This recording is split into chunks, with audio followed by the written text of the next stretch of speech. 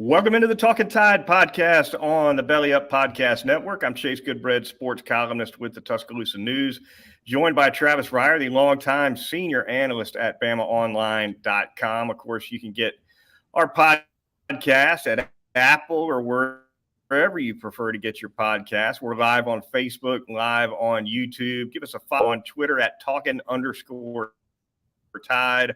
Always quick links to each of our podcasts right there on the Twitter feed. Give us that subscribe in YouTube and follow us on Facebook as well. I want to thank a couple sponsors really quickly. Peterbrook Chocolatier of Tuscaloosa, as always. And of course, Heat Pizza Bar in downtown Tuscaloosa. Those a little bit later in the program. Travis, we convene here midweek to preview Alabama's SEC opener at home against the Ole Miss Rebels. Of course, quick reset. It'll be a 2:30 p.m. Central Time broadcast on CBS. Ole Miss comes in unbeaten at 3-0. Alabama, of course, 2-1, coming off a relatively narrow victory on the road at South Florida. Travis, this is an Alabama team with SEC play upon them that's definitely looking to regroup in multiple ways.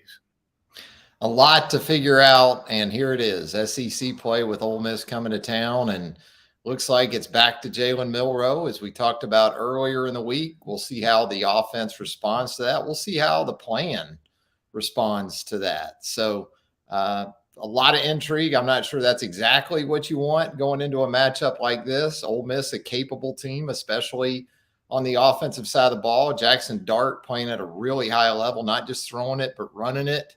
But Ole Miss has some injuries too. And I think both these teams have some injuries that we'll get into probably, but more so for Ole Miss on the offensive side of the ball, a couple of their key skill guys dealing with some things here at midweek.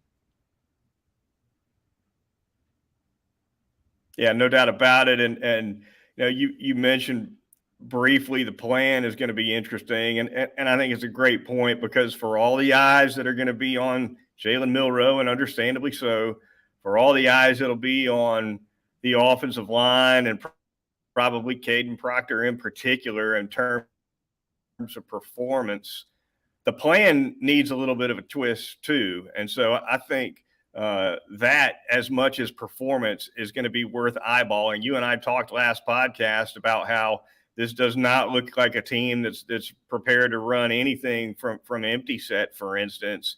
And is Alabama going to get Jalen Milroe more involved in the running game, options, design quarterback runs, et cetera, especially offensively, maybe not so much defensively? The plan might be as important as some of the performances. Yeah, I mean, how about some of the stuff we saw Tyler Buchner do in the bowl game at Notre Dame with Tommy Rees? Because we really haven't seen that yet. And that was sort of my expectation for these quarterbacks, whether it was Milroe, Simpson, or Buchner. Quarterback power, quarterback draws, obviously, quarterback counters.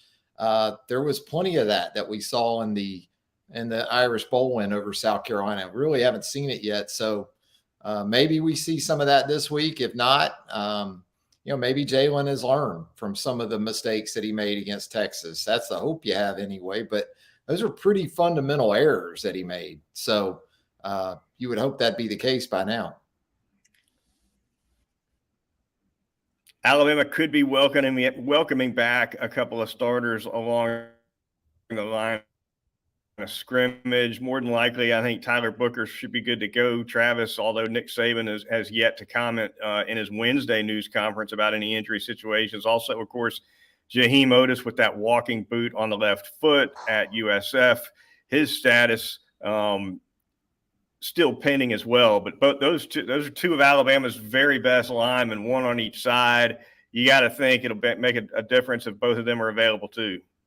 Yeah, both these teams are going to want to run the ball. Obviously, with Lane, you think about what he's able to do with quarterbacks and the passing game, but Ole Miss really wants to get Quinshon Judkins going. Now, he got banged up a little bit against Tulane a couple of weeks ago. Wasn't really the same last week.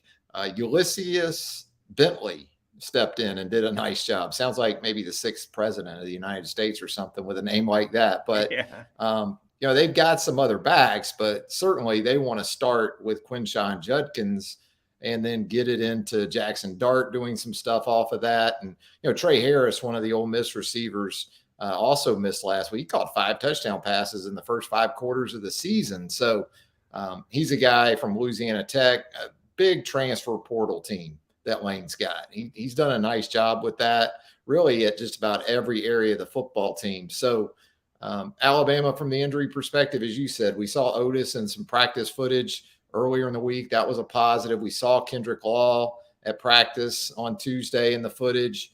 And Booker is kind of the biggest question mark, I'd say, right now. Terrence Ferguson didn't play terrible in his place down at South Florida. So I think they're okay on the interior. It's tackle, specifically left tackle, where they got to get Caden Proctor some help. They got to do some things not to leave him as exposed. And the quarterback's got to help there too. The ball's supposed to come out. You got to get the ball out, and the backs and tight ends all have to be a part of that too. No doubt. You mentioned the impact that the transfer portal has had on this Ole Miss roster. Probably worth a tip of the cap at this point, Travis, to Jackson Dart, because here's a guy that came in as a transfer himself last year, started all season, threw the ball fairly well, although, as we know, the season kind of collapsed on Ole Miss toward the end of the year, probably starting with Alabama. Well, here comes Spencer Sanders, right, from the portal, from Oklahoma State, 4-year starter out there, tons of experience. And Jackson Dart held him off and has continued to hold him off. I kind of thought given the way Ole Miss finished last year so poorly, when I saw Spencer Sanders was coming in, I'm like, well, that's it for Jackson Dart. That's what I was thinking in the offseason, but that's not how it worked out. No, Jackson Dart's a tough dude. And I know we all have that sort of perception of SoCal guys or guys that transfer out of USC, whether it's Keaton Slovis, whether it's JT Daniels, whether it's Jackson Dart. Man, think about the quarterbacks that have left that program in the last 5 or 6 years. This dude he's tough. He is a tough cat.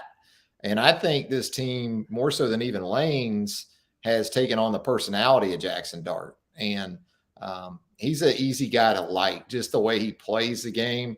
It isn't always perfect, but he is talented. And he's a better runner and a more willing runner than I would have thought coming from the West Coast to the SEC. No doubt. No doubt. Showed some toughness last week running the ball, over 100 yards on the ground for leading rusher for Ole Miss right now. For Jackson Dart. I'm sure Kevin Steele has alerted his defense plenty to what he can do running the ball. No doubt. No doubt. All right, really quickly going to jump and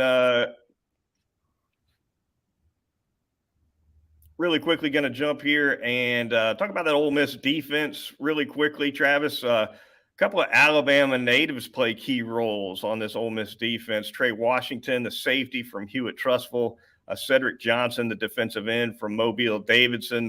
Those two guys, certainly two of the better players on that side of the ball for Ole Miss. They got some athletes up front, Travis. I think they can definitely give this Alabama offensive line that's been struggling a lot of problems. At the same time, they generally give up more points than talent says they ought to, right? I mean, it's a defense that has a way of underperforming. And interestingly enough, Pete Golding, former Alabama DC, running that show now for Lane Kiffin. Yeah, they've done a nice job with negative plays to this point through 3 games. I think they have double-digit sacks. Now, I think just 2 last week against Georgia Tech. Hanks King, athletic guy, not going to be as easy to sack as maybe the 2 previous quarterbacks that they went against. But so far, so good under Pete. And you think back to that Tulane game, and I understand Michael Pratt didn't play for Tulane a couple Saturdays ago, but Ole Miss in that second half really took over the football game. So good for Pete. This is a guy that endured a lot during his time at Alabama, as we all know. Some of it deserved, but it seems like he's found a soft landing, a nice spot for him there in Oxford. Speaking of landings, we'll go to a hard landing and turn to the Vegas man now, Travis, the ticket man as well. Out in Las Vegas, Alabama, a 7-point favorite over the Rebels in most places. I've seen it a half a point off of that in both directions now this week, and I believe that over-unders in the neighborhood of 55. Both sound like stayaways to me, Travis. If I had to go one way or the other, I might go under 55, but I certainly don't think I'd be touching that spread. No, the last 2 weeks should have taught us plenty about that. I think we've preached that pretty consistently with this team to this point. So need more data before we start going in hard one way or another on this Alabama team. I'm with you as far as the total. I think Alabama might need it to be under to be in the position it wants to be at the end of the game. I don't think you want Ole Miss dictating to the extent on offense that now you're in a position of needing to score in the low 30s, mid 30s. I still think this team, believe it or not, can do that. Could have done it against Texas.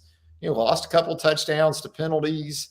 So you got to be careful with some of the things we think we know about this team through three games. Because as I just said, I don't feel like I have near enough data yet. It won't surprise me if this team loses outright to Ole Miss on Saturday. But I also wouldn't be surprised if they kind of found it and win by 10 or more. So that's kind of where I'm at, Chase, with them.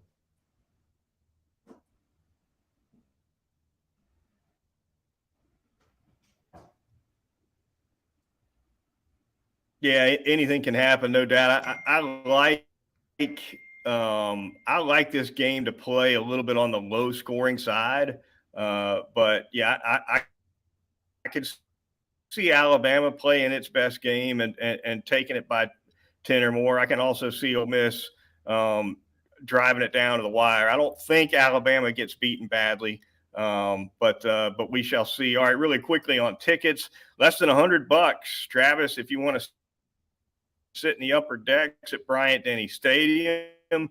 It certainly can't be said that price down. It's got to be that Texas loss, but you don't often see prices quite this low for an Alabama SEC home game. Yeah, and it's at 2:30. I mean, it's ideal if you're coming in from Huntsville or Mobile and you want to make a day trip out of it. It's in that sweet spot as far as the commute there and back is concerned. But yeah, that Texas game, when it came to the ticket man, that Texas game gave to the ticket man, and that Texas game taketh away from the ticket man.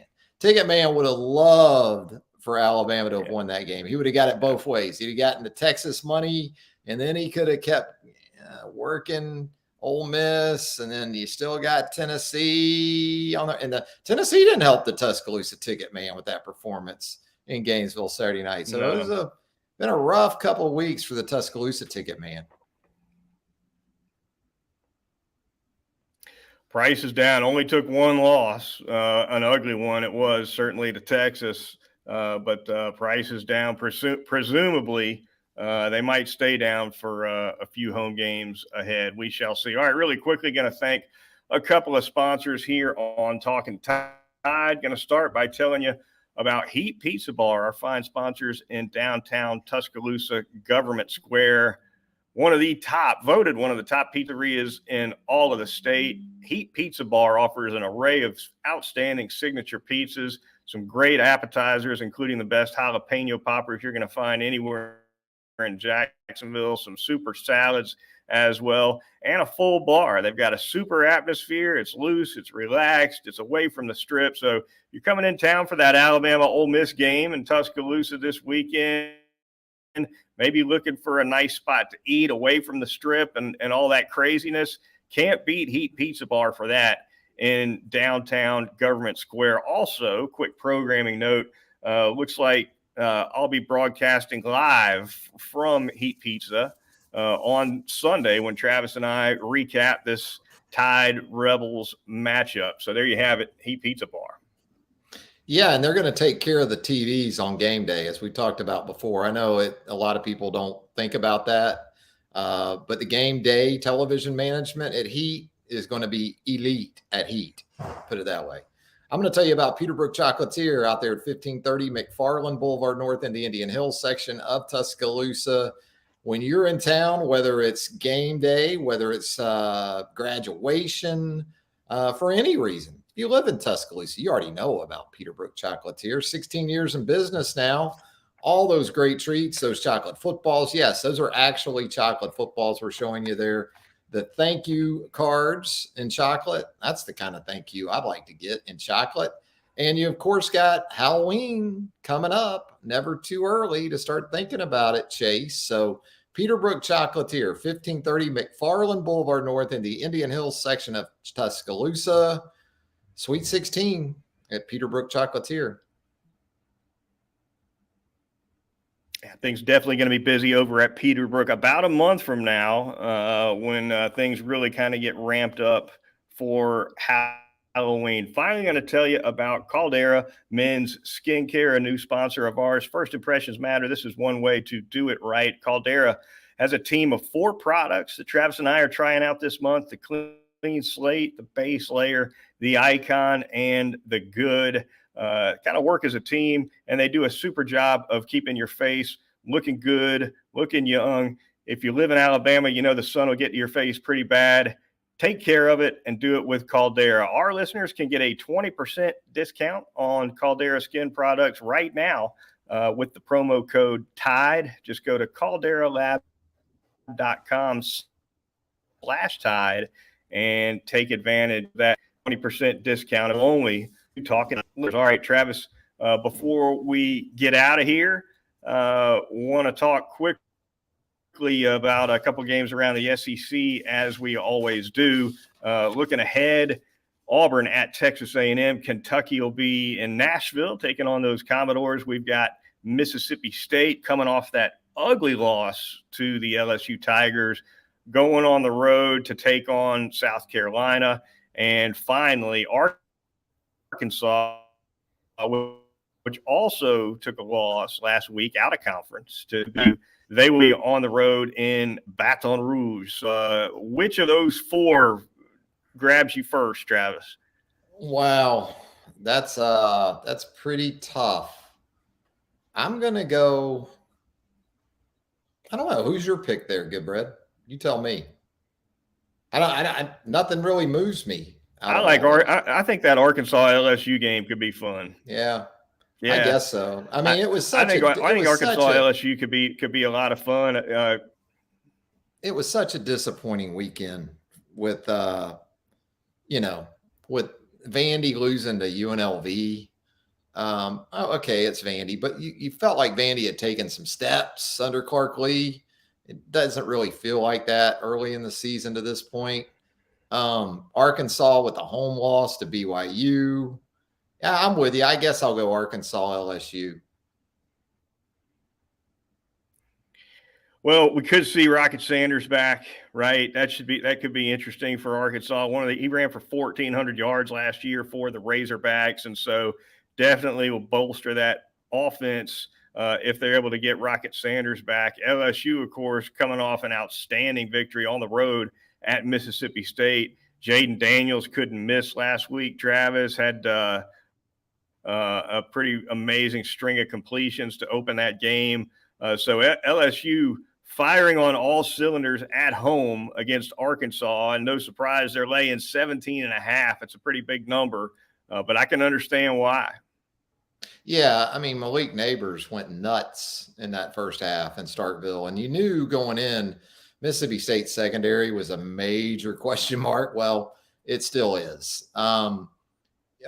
No doubt. I think with LSU too, a very emotional week with the Greg Brooks news, the defensive back for LSU with the brain tumor, emergency surgery that took place here in the last day or so. So certainly our thoughts are with him and his family, and hoping for the best as he tries to move through that.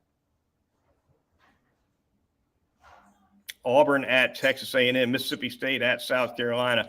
South Carolina, Travis, at home, coming off that loss to Georgia where they felt like they might have them at halftime.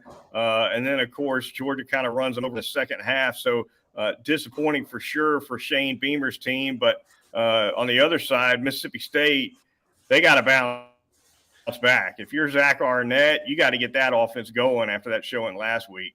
Well, and that was the concern with the change going from the air raid to what Arnett wants to be more about. I've said it before. It was kind of reminiscent of going from Homer Smith in '89 with Gary Hollingsworth at Alabama to Gene Stallings and the offense Gene wanted to run in '90. You talk about two vastly different approaches. That's what you kind of feel like Will Rogers is enduring right now. But no, the problem for me with State in this matchup is I think Spencer Rattler can throw for 400 plus against that secondary. Now, South Carolina's got to block a little bit, and Mississippi State's front seven is still, I think, better than what it showed last week. But I would probably still take Carolina in that one. Then you get Alabama rolling into Starkville. That's right. That's right. All right. That's going to wrap it up for this edition of the Talkin Tide podcast. Had a little bit of Wi-Fi wobbliness in this episode, so apologize. Podcast this week, but for Travis Reier of BamaOnline.com, I'm Chase Goodbread, sports columnist with the Tuscaloosa News. Tune in on Sunday when we recap time right here on Talkin Tide.